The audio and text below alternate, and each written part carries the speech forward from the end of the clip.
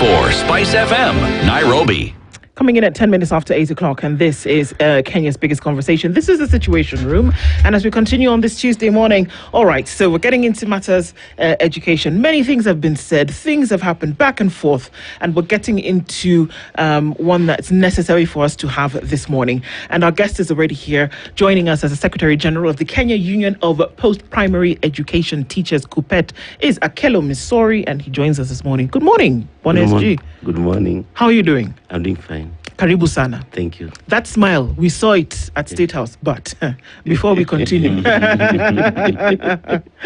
right? There are issues that we need to deal with this morning, but let's welcome you to the Situation Room with today's proverb. We'd love to get your interpretation of that. Yeah, so we are in Togo. And it's a country, when you look at its history, it has a very interesting history. So it was once a German colony, Togoland, before World War I, right?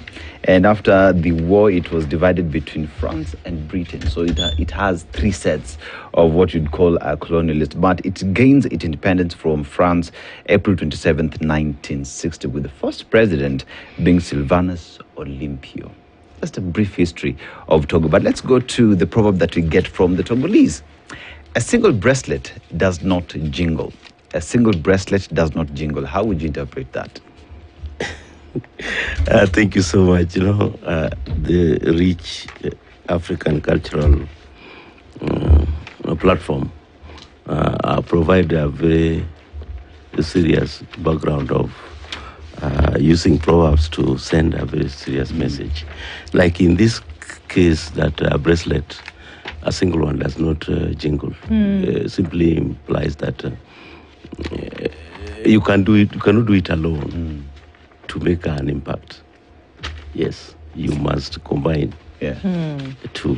In fact, in the Luo tradition, it says that it is a derogatory, but I will say it later. The one which resembles the Togolese. All right. Yeah. We actually thought you were going to say solidarity. I know. Yes. Yeah. Of course. I mean, yeah, coming together is the way in which you're going to make things happen, essentially. Yeah. So there have been many conversations. And even as we get into, we want to get an understanding of what's going on from a union perspective, outside of the union, teachers' perspective, and then other stakeholders in this education ecosystem, students, parents, schools, whether it's in public schools or private schools, I mean, across bodies, to get an understanding of this.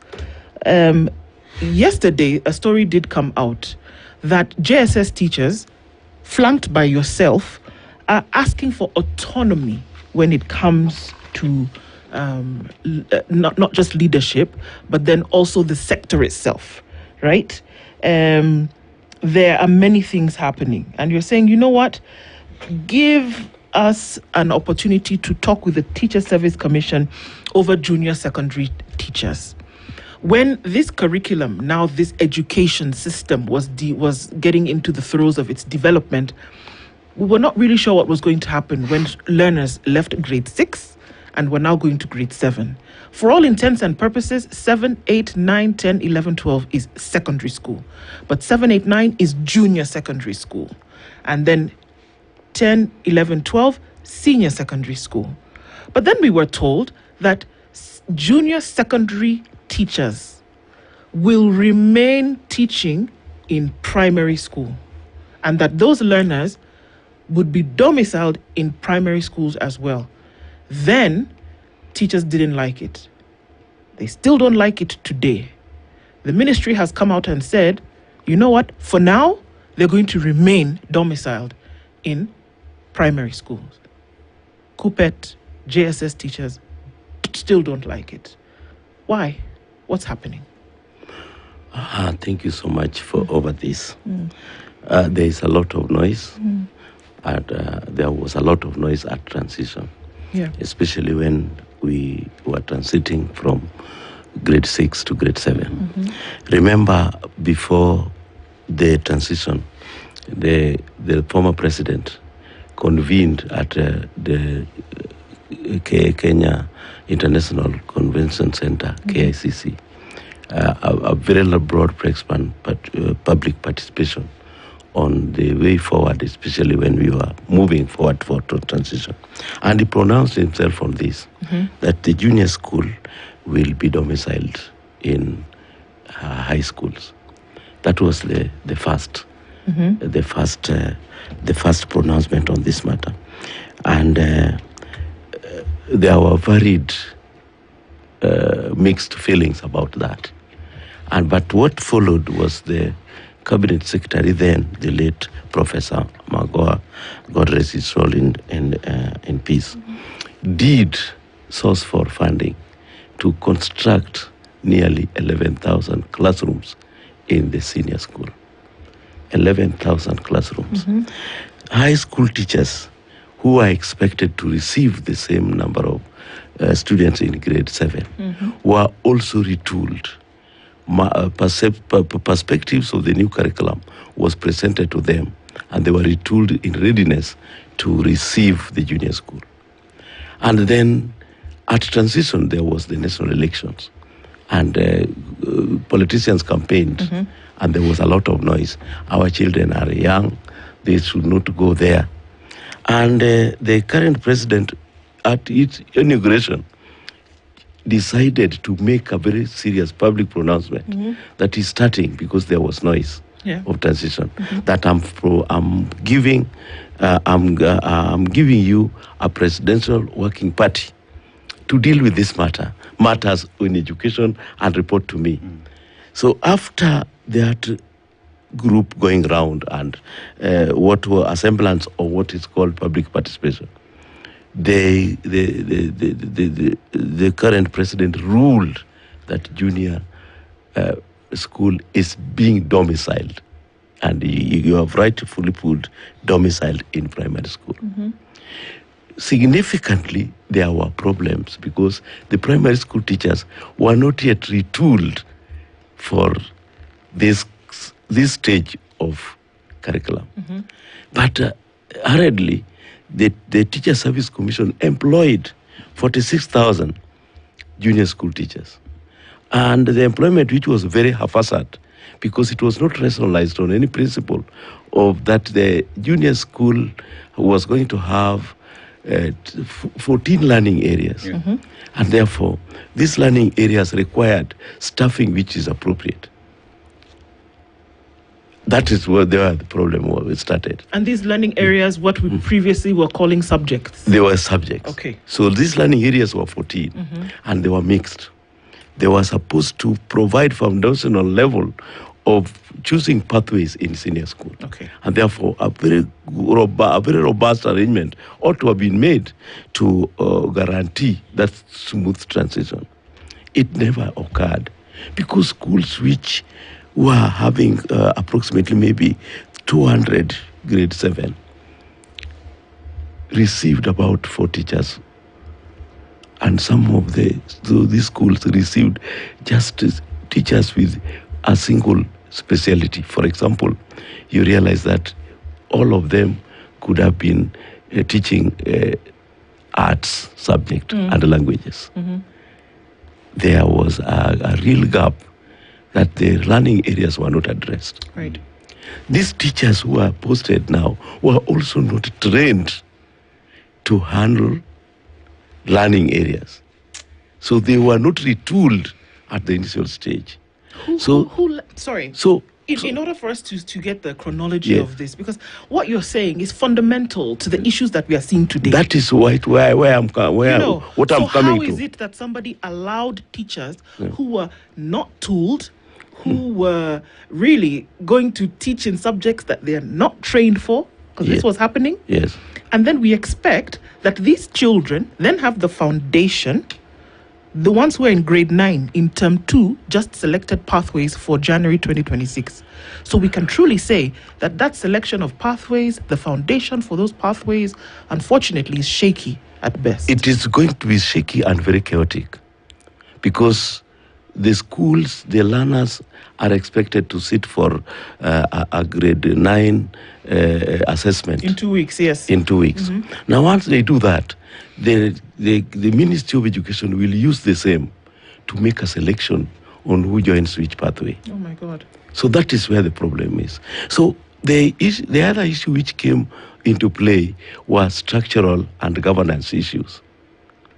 The perception of the teacher posted to go and teach in this kind of environment now called comparative school was now skewed, because in the letter they are saying they are appointed as post-primary teachers, but they are in the primary school. Psychologically, even the learners themselves, who had been there for the last 6 years, found knowing very well that they were transiting to junior school, found themselves in the same environment with the same head teacher. What changed to them was basically uniform, which I also don't understand. How in the same school you are having a preschool with a different uniform, grade 1 to 6 with a different set of uniform, and grade 7 and 8 and 9 with a different set of uniform. In some instances, it causes psychological challenges. That are we really in junior school? So structurally, even doing co-curricular activities became a real issue, because the junior school are doing separate sports. But as they do separate sports, the complaints we have heard from the same teachers is that the managers of the sports come from the primary section.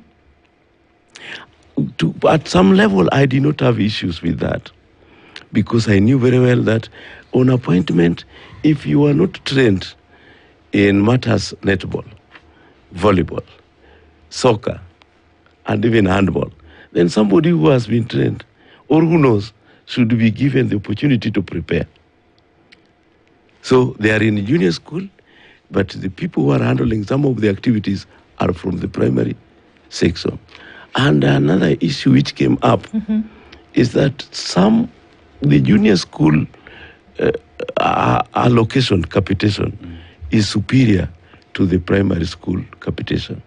In the junior school, it is 15,000 shillings, and in the primary school, it is 1,400, which, of course, that is spread throughout the year. I'm curious to know, because I'm listening to you, and I'm thinking, okay, I think we then need to deal with the root. That is where the problem is. Because I think we are scratching the surface, and I'm trying to wrap my head around, was there a point where these challenges were foreseen under the current CBC structure? Did anybody sit down to foresee, okay, if we're going to introduce this is what we are likely to see? Short term, mid term, long term. I lack the correct words to use in this, because there were noise everywhere. I remember we were part and parcel of the engagement prior to the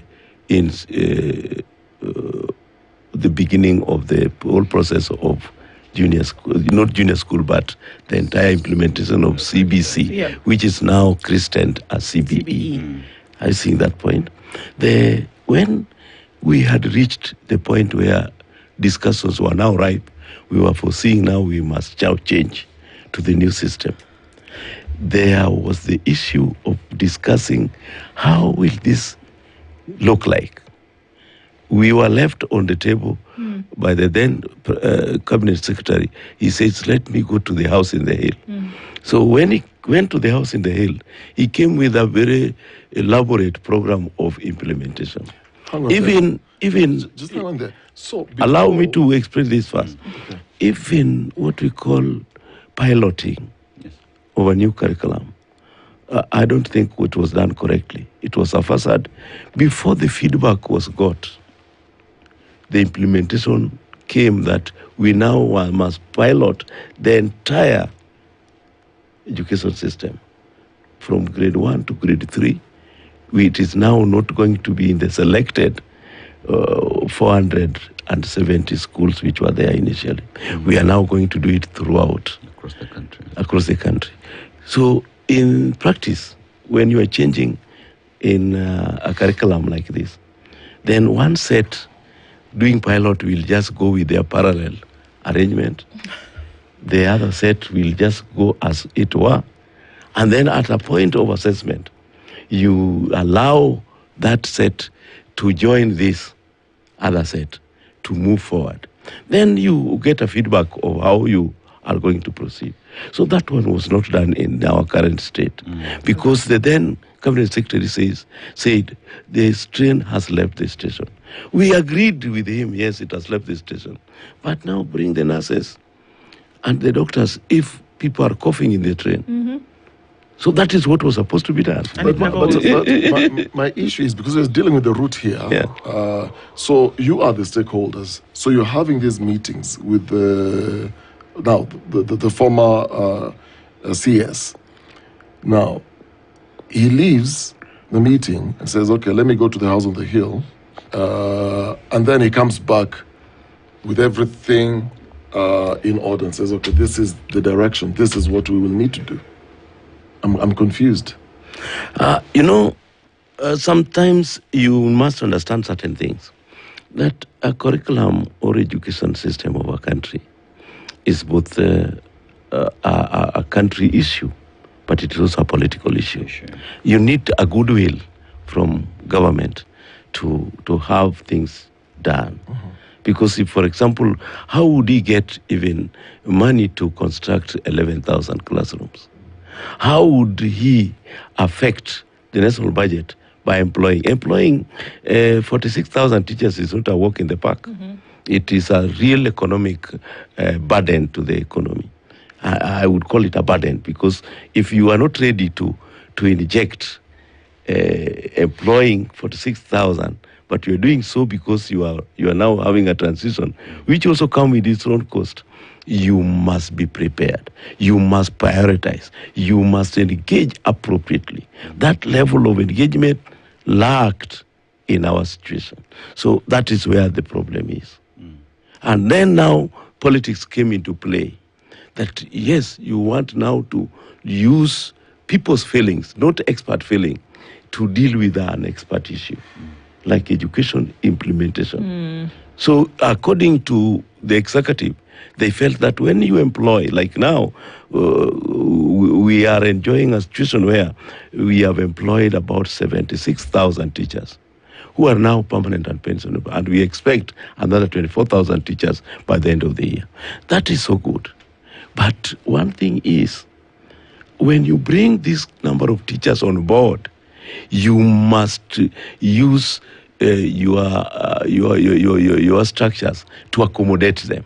And the idea that now they are fronting is that we cannot accommodate their feelings. Because besides being teachers, they are also human beings with feelings. Yeah, with ego also. Of course. Yes. Yeah. Akela wants us to look at JSS as is, or pretty much just CBC, right? So I'd look at it in two sections. What former President Uhuru Kenyatta had proposed with when the train had left the hill, JSS was to be domiciled in secondary schools. And then politics gets in, new government comes into place, and now JSS has to be domiciled in primary school after the Presidential Working Party goes across the country and comes up with its report. Based off the two sets, you look at what the teachers are calling now in terms of autonomy. One of the issues is the leadership and who is supervising them, pretty much their boss.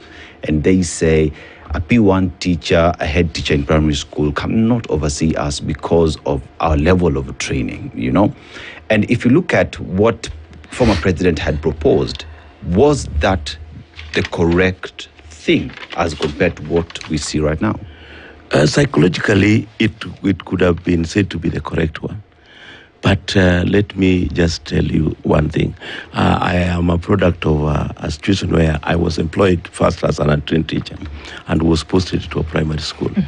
And then because of lack of teachers in secondary schools, then I was seconded to a secondary school. And in that secondary school was started by a primary school head teacher. And two schools were being run in the same compound. Throughout, and the head teacher was a primary school teacher. I did not see any problem with that. What we have here as a problem is that lack of debriefing the person who is being sent to an environment. There is the issue of ego, which must be dealt with as an issue of ego. But there are also issues of governance, which can be addressed with capacity that is required at that level. To me, from my level, I don't see the reporting line to be a wrong one, because it has ever worked. We have issues like, even when they're talking about autonomy and so on, it can also work. But it works with who? Somebody who has just entered the field. It must be a discussion which is based on sound principles. That we are going to have this set of this structure of our education system in primary school, just like it happens at Kenyatta University. Kenyatta University has even a high school as a primary school, and they are in the same compound, but they are semi-autonomous in the sense that the security around that place oversees what happens in all the institutional things. But when it comes to management of Kenyatta Primary School, which is being run by the county government of Nairobi, it is not being run by the Vice Chancellor. Okay. Are you seeing that thing? Even in our current situation, we have the early childhood centers. These early childhood centers are also in the primary schools currently. In the past, they needed not to be in the primary schools. They were in churches, and other organizations were also running independent one. But currently, they are in our current schools. The person who is assuring the quality of the ECD center is not the sub-county director of education, but it is somebody from the county who is coming from the county office. We have got CS in charge of education at the county level. So it works in that circumstance. Even in this, it can work very reasonably. That you have a set, because you have indicated here that we have got 2, which is ECD center. We have 6 with grade 1 to 6, and then we have 3 grade 7 to 9. And then we have 3 grade 10 to 12 and university, which is also 3. So these things can work. But when sound principles are developed and policies are adhered to, that this is how we are going to operate. But when there is a noise like what we have, then it means that there is very little happening. They have facade staffing gaps in that subsector in the same comprehensive school. We have problems. Does the ministry understand this? Because there has been chatter about it for a while, but the recent directive from the ministry that this should be the case, do they take into consideration, or is there an across-board comprehension of these issues that you mention when they say absolutely domicile JSS in primary schools? Is there an understanding of these issues that you raise at the ministry level? The ministry is looking at anybody who is providing new ideas to this structural challenge as an affront. That this is an affront to the policy which is developed. It is not even there in law. And therefore, we expect that the sessional paper number 1 of 2025, which is due which is now developed as a regulation, may bring light on how this subsector can be managed in our schools. But currently, whatever I've seen, the feeling from the body language of those at the ministry, they are very conservative in their thoughts, and they are not asking for new ideas, because all the correspondence we have directed towards that have not been responded to. But do I hear you saying that you don't have a problem per se being domiciled as JSS? You don't have a problem really with this JSS being domiciled at primary schools. Basically, you don't have an issue. The issue which I have with that arrangement is that environment is adjacent to the next secondary school. I get you. Okay. Where there's a laboratory which is already constructed. There can only be an addition of others. where there is also an extra class which was constructed. Yes. But you realize that the ministry has also undertaken another project to build other classes. In fact, all schools benefited from new classrooms to accommodate grade 9. So you can see. I would wish that I ask the spies to visit just one school around this Nairobi. If there are challenges, I can provide logistical support. You go to Nairobi School, where we have about 15 streams in Form 2. These 15 streams in Form 2 left 15 classrooms empty. In Form 1, and they are now currently empty. They have got laboratories which were constructed in readiness to receive the junior school. So you can see. And that's one school. That's one school. Yeah. And similar arrangement is at Alliance. Similar arrangements is at Agorosare in Homa Bay. Similar arrangement is at Kisii School. Similar arrangement is at Kisumu Boys. In around Kisumu Boys there are schools, Area Primary School, Aga Khan Primary School, and so on, which can benefit directly from Kisumu Girls, Kisumu Boys, and Kisumu Day around that place. So we have issues which can be canvassed. In the past, when I was young, when I was going to school, our ward had only one secondary school. Currently, the same ward has more than 15 secondary schools, including the school next to my home, which was a primary school for a long time, is having a secondary school. In fact, that school next to my home has more classrooms which are not being utilized. Yet they also have very few students. And we're asking that the 3 classes of junior school who need these facilities, which are in high schools, we're asking that they remain in primary school. That is why the junior school teachers are not seeing the reason why they cannot be autonomous. Yeah, because they could as well have worked and gotten very good mentorship. Mentorship in the high school, but where their psyche was prepared for, because they were trained with specialities, not with learning areas in mind, but they were trained either to teach geography and history, not learning areas, and that retooling process has been very sluggish. But all these things are happening within the same space, correct? Yes. So then, if JSS teachers are then separated, who will manage these resources? Who will manage the labs that you're talking about, the classrooms? Who takes control? I've already indicated here that this structural issue needs to be rationalized. That we have got teachers here who are making noise in this environment. The person who is supervising them is their target. What do we do to make them comfortable so that learning takes place? Because we are not just addressing the issue of teachers. We must also address the purpose why that school exists.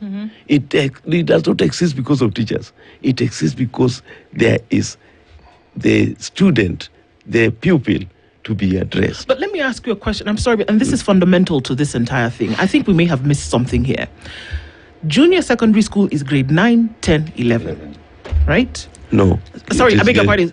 Grade 9, 8, 7. Sorry, it's 7, 8, and 9. 7, 8, and 9, yes. Right? Yes. So currently grade 9s who are finishing this last year of junior secondary school, they have been in primary schools this whole time, right? They have not been made, the mentorship like you speak about has not been made available to teachers. The equipment that is necessary for foundation on certain things has not been made available to them, especially they're in a public school setting whereby that equipment did not exist or the facilities didn't exist either, because guess what? It's a primary school, right? They are now going into pathways, and they're very clear what those pathways are.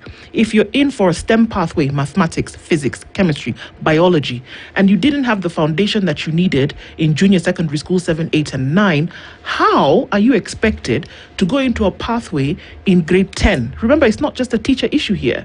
It's also the students, the primary stakeholders in this whole thing. How do we expect them then to go into pathways of learning if the foundation was not shaky? It didn't exist. The foundation, as I have also observed, has been shaky. It means that the high school teachers, those teachers in senior school, must get ready to do patchwork to enable learning to take place. Otherwise, our whole generation is not going to benefit, especially at this foundational stage. Mind you, SG, this same grade 9, they're the same ones that we said, okay, let us try when they were in grade 3. They said, okay, let's try, let's just start, let's see what's going to happen. They were in grade 3. We got to grade 6 where they started, when they did KEPSEA the first time, 3 years ago. Then they were going to junior secondary school, they went to grade 7. They did not get books to read subjects. They did not get them until second term. I will never forget when they were in grade 7. Teachers were doing on-the-fly assessment. Okay, let's see what we can do. Let's do training. Teachers were even told to pay for their training. Teachers refused. They cannot pay. Government has to pay. You remember that whole mess? Yeah. These are the same students, same cohort of 800,000 plus students who are now going to choose pathways. What have we done to these children over the last 6 years? I think over the last, from preschool to grade 6, I don't think there were real problems because there were retooling processes going through with the teachers and during the pilot and so on. I don't think at that level preparation was not a facade. The preparation became an issue when we employed 46,000 teachers, and in their mindset they were independent, and because they were teaching in the junior school. Okay. And then they were interrupted by administrative challenges because they did not respect the people they found in these schools. That is first. Secondly, they were also not given sufficient infrastructure to leverage on the implementation of the curriculum they went there to implement.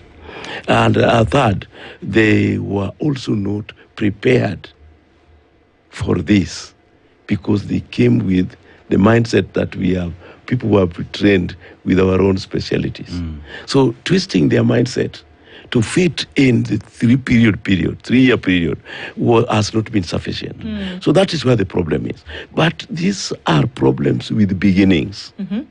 These are problems with beginnings. Even I am not a pastor, but even when you look at what happened when the church began, there were even people who were asking that, do we accept Christians who are not circumcised? Why are people eating food just the way they want? We as Jews are not supposed to eat fish without scales. You know, the kosher laws became a real issue at the initial stages. So these are issues which we must confront. The only problem which is now here is that we have a ministry which is not listening appropriately to the noise. If they could engage the teacher, then the discussion surrounding this autonomy will just go.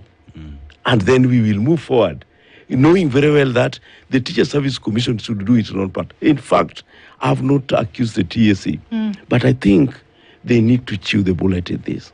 When the government changed their mind that we are going to have junior school domiciled in primary, it was incumbent upon Teacher Service Commission to rationalize their staffing, to issue a policy direction that this is how we are going to run our schools. This is how we are going to manage our classes.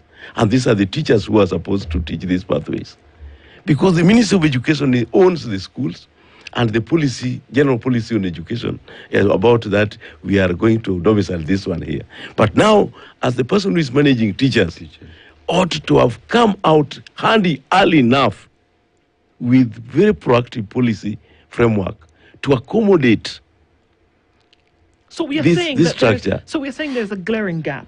A serious one. We are saying that it was unprepared, it was poorly planned, and that these changes that were coming along with the curriculum, nobody was ready for them. We are saying that there's somebody who was responsible for this chaos. And who is that? There must be somebody. Without accusing anybody, we need to dissect where we are coming from. That at the background of changes in education system, there is the goodwill from government. If that goodwill is not there, then it means we are going to have more trouble. Would you say there currently, the government paid attention to education and appointed a task force to work on this. This task force, the time they took to make a decision to domicile, it was what I question.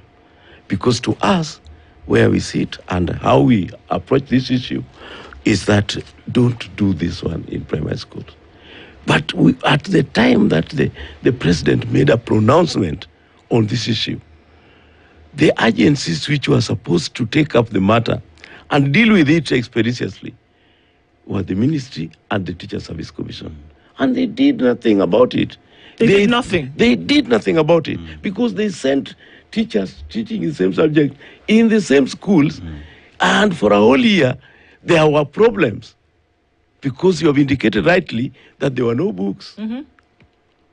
You know, the books were not there. In fact, another problem now cropped up. When the learning areas were now whittled down to 9 learning areas, reconfiguring, they did not remove. They only reconfigured So for the us to subjects. understand, things like science now became integrated science, which included agriculture and included other natural sciences in one block. But the books did not match this change. Yes, is that change. I mean, so the element of addressing the issue of content. By the way, these learners generally are very confident. They are very independent in mind. In fact, more than even the current ones in Form 2 and so on, because they can manage their own issues of learning and they can figure it around with the technology appropriately where they have been enabled. In fact, if you have a grade 4 in your home, you will find that they are more independent. They, even those in grade 1 and 2, they walk to the kitchen and they start washing the dishes without being told, because that is the new curriculum is emphasizing on that independence. The only problem is that when now it comes to this transition, we have really prepared them well for pathways. Let me say one of the pathways which is going to have a serious challenge is those who are going to choose maybe creative arts and sports, for example. You know, for a long time, most of our universities or teachers, primary schools prepared teachers for physical education for 2 years. But in our universities, there are very few people coming out with physical education, with education as a course. Those who train in martial arts and so on, they are not taking education. And remember, Teacher Service Commission cannot register a teacher who is having those skills, but not a teacher. If you don't have teaching as a profession, you cannot fit in this. So we will be having a challenge in selecting a pathway for those who are going to that direction. But I don't think all is lost. We must repackage the senior school system to be ready for heavy work. And that means that they must retool them properly. When? We're in October. Yeah, these children are going to school in January. We must retool them. Let me just say this, because most of these things, we are not reinventing the wheel per se, but we are adjusting the wheel to fit our circumstance. Teachers are trained, and in the continuum of the methodology and pedagogy, we have the issue of teaching. I can lecture, I can also be engaged in practical engagement with the class. You only need to remind the teacher that this particular time, we don't expect you to be the owner of knowledge. We expect you to facilitate the learning process. And how? Let the children not sit the way they sit, but they sit the way we are in the studio, so that the learners generate their own ideas and so on. So this one can happen within the shortest time possible. And that is what we expect. We have the November, we have December, those 2 months. In fact, I'm just coming from AAU meeting where we attended the Continental Education Status of Teachers and so on. And Ethiopia, in the last month, retooled 62,000 teachers. And for 21 days, not for 2 days. Why can't we chew the bullet and even take 100,000 teachers? You're talking about the same Ethiopia that just built the GERD with their own money. I'm talking about Ethiopia. We are talking about Ethiopia, our Jirani. Yes. The point here is that it is doable. Okay. It is doable and we can do it. Yeah, Yes. Akil, I hear you speak, and that goes directly into the politics and education in the country. Yeah. You realize the implementation of CBC, when it started, politics played into it. The second phase of it, there is politics. You're now speaking in terms of retooling teachers, ensuring that those who are getting into creative arts, there is intentional investment in ensuring that everything is in place. Are we at a point where, in a ministry that you say is not listening to teachers, is not listening to stakeholders, how are we having this conversation with the big guy, the man on the hill, the president, to just look at the need of investing right and listening to what stakeholders are saying? We cannot give this burden to the president, because the president is a prefect who is being assisted by people whom he has appointed, like to run ministries and institutions. We expect the Ministry of Education, the Teacher Service Commission, to be proactive in this. Let us see plausible policy direction which is implementable. And then we can accuse the president or we can praise him. But in this, I don't think we should look at the president when he had already given a direction and appointed a working party. If the working party report is not working appropriately, we expect that this noise should awaken the minister, the Teacher Service Commission, to see that they need to sit around and engage appropriately. In fact, failure to engage the teachers over this matter will not make things work. Did you have this conversation with the president when you're in State House about the We have told him. JSS and we have told him. Even in WhatsApp, he sees, he reads. Yeah. His response? And he's seeing how these students, how these teachers are dancing on the street. Yeah, he is somebody who is well briefed on this matter. And he sees with all the opportunity to give positive direction. That one I don't have any doubt. Yeah, because the president Did you say to give positive direction? Yes. In terms of how this thing should be moving now, or positive direction in which the president should be well versed to give positive direction? Yes. In what manner? You know, he has got the technicians, the experts in this direction, and who should be engaged appropriately. Those who should engage us. We should not engage the president directly. Have they engaged you? That is what I'm saying. The level of engagement is very limited, especially on a serious matter like this. In fact, that is what we talked on World Teachers' Day on Sunday. Yeah, we reminded them as a union that we need to address this issue. This issue, and we have already written to Teacher Service Commission, by the way. We wrote to the Teacher Service Commission demanding a meeting in 7 days, because we don't want further confusion to be witnessed when we go to open schools early in the year next year. You know, I'm curious. I'm listening to you, and the canvassing between, what the head of state is saying. It gives a direction that this is what needs to be done. The line ministries don't really line up. So you have TSC not acting, you have the ministry not acting. in your very honest opinion, do you think there is a will here? Because earlier you said for any of this to work, then you need goodwill from government. But so far we're about to end the year. Do you honestly believe there is goodwill for this to work? Now, how can I doubt that there is no will when in 3 years the same government has employed 76,000 teachers in this country? It has never happened. And there is a promise, which of course we have confirmed, that 24,000 teachers are already applied and they will be posted in January. Who need retooling that is not taking place? Yeah, that one is now another issue. The president does not retool. It is the Minister and Teacher Service Commission to retool the teachers. They are the people who understand better that before these teachers go to class, they need to be retooling.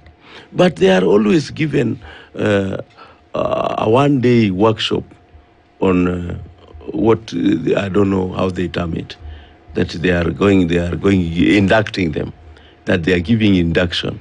Induction, you are being told, yes, you are now posted to a school, we expect you to work, and you don't to be away from school for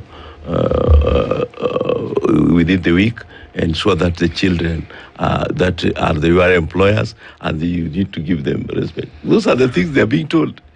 They are not being told the details of the curriculum that they are going to implement at that initial stage. Then later, they will be breaking away to go and get those seminars for 2 days. 2 days? Seminars, yes. 2 days? 2 days. 2 days. 2 days, at most 2 days. How do we expect this thing to work? Yeah. Because here we are and we're dealing with the fundamental pillars of society. That's children who are in school. And we're playing Russian roulette with their future. Well, maybe somebody will be retooled for 2 days. Maybe somebody who is a teacher of English will then go to a school, be seconded, and then they'll find themselves teaching science or history. Maybe we'll hire 47,000, we'll hire another 26,000, but we're not going to retool them. But maybe 1 or 2 days after Christmas, they'll all be put in a room, and then we will cross our fingers, knock on wood, and hope come January we can start teaching miracles. And then we expect that these children are supposed to come out as gold and then be put into universities, who, by the way, who are not even tooling their courses according to what these children have studied in these pathways. I don't even want to enter a whole another kettle of fish. But that's the direction that we are going in. And then we want to clap and say, yes, we are delivering. One of the best in the world is what we have actually been told, like this. No, there are people who are doing better than us, but and then it is good to praise and be very patriotic to talk about your own country doing better. But at least at this stage, I don't think we are doing better. We need to have an opportunity to have a conversation. In fact, that is what we have voted for, that there is need for a conversation over these issues that you people are asking me. That if we don't have that conversation, then we will perish. Akela, I want to ask you a personal question. If you had a child in JSS today, would you take them to a public primary school? Sorry? If you had a child in grade 9 today, would you take them to a public primary school and believe that they would end up with the qualities they need?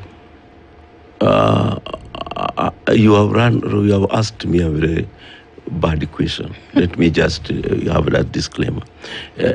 I should have the feeling of your child as a teacher. I should have the feeling of his child and her child as a teacher, not just to look at mine. All my interests aside, what is supposed to happen is that our public schools are not run well. When you are staying in the city of Nairobi like we are staying, you may think that things are moving on well. Because these ones are very close to the president, close to the minister, close to TSC. And therefore, those people can easily walk. But you have seen also that even the private schools in this city, which have been built on demand, are not doing any better. So what is happening is that public schools are not doing well. That is the point.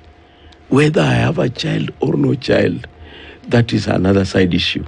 But the feelings that I should have is that the Kenyan child should get the best, because that is our future.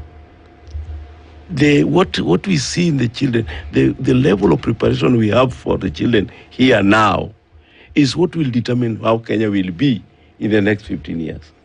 You remember now we are grappling with issues related to technology, and this technology are taking to root in our life. If Kenyan children are not being exposed to this, and they're in public school, who is going to suffer? It is this economy. Yes. Yes. And that is the conversations parents are having out here, saying public schools will not deliver for my child. Perhaps it's a conversation that Kenyans, stakeholders, and the president need to have. And they also have the risk now to have the Kenyan child go to take learning in dingy places. Called private schools. Private schools. You have private schools which do not qualify to deliver education in Kenya. But we also have the top-notch education in those private schools. Well, let me tell you, majority of those who are getting into our top schools in Kenya come from private schools, not public. And this has been our conversation this morning. Obviously, there's a lot to be done. We're not sure if it's going to be done in time and in the manner in which it should be. And these conversations continue to run through, whether it's that you're going to domicile JSS or keep it that way according to the ministry directive, how teachers are going to cope, how students are going to learn. And we keep talking about it and we can't stop. Thank you so much, Akelo Misori, for joining us this morning, Secretary General of the Kenya Union of Post-Primary Education Teachers, looking into these issues that concern us. Asante sana. Thank you so much. Thank you so much. At 9:02. Good morning. The latest news from around